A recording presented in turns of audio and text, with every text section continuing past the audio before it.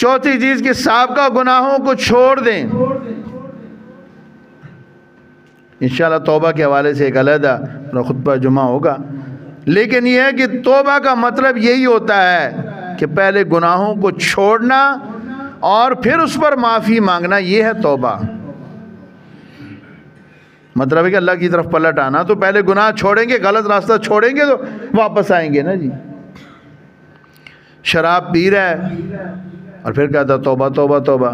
چوری کر رہا ہے پھر کہتا توبہ توبہ توبہ، اللہ جی سوری.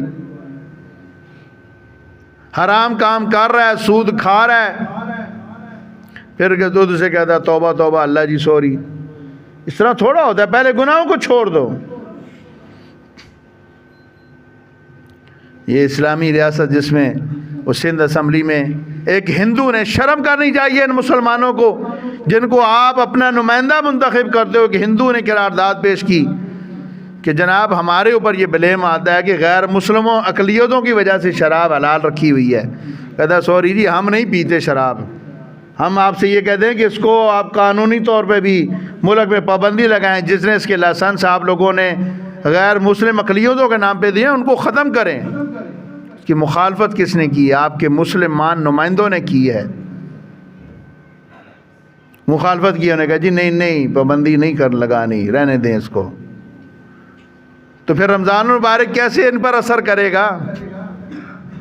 اور رسول اللہ صلی اللہ علیہ وسلم کی مشہور حدیث ہے، فرمایا کتنے ہی روزے دار ایسے ہیں کہ جن کو سوائے بھوک اور پیاس کے کچھ نہیں ملتا، اور کتنے ہی راتوں کو قیام کرنے والے ایسے ہیں، ساری ساری رات قیام کرتے ہیں سوائے نیند چھوڑنے کے یا سوائے تھکاوٹ کے اور کچھ نہیں ملتا.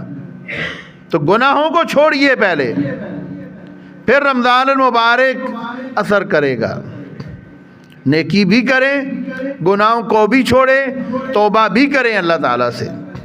کہ اللہ جو زندگی میں گناہ ہو گئے 60 سال 70 سال تک کرتا رہا، بس تنہائی میں اللہ تعالیٰ کے سامنے بیٹھ جائے، اللہ سے وعدہ کر لیں کہ اللہ جی بس تو جانتا ہے اور مجھے پتہ ہے، تیسرے بندے کو نہیں پتہ، میں نے فلاں فلاں کیے، تو معاف کر دے، آج کے بعد نہیں کروں گا.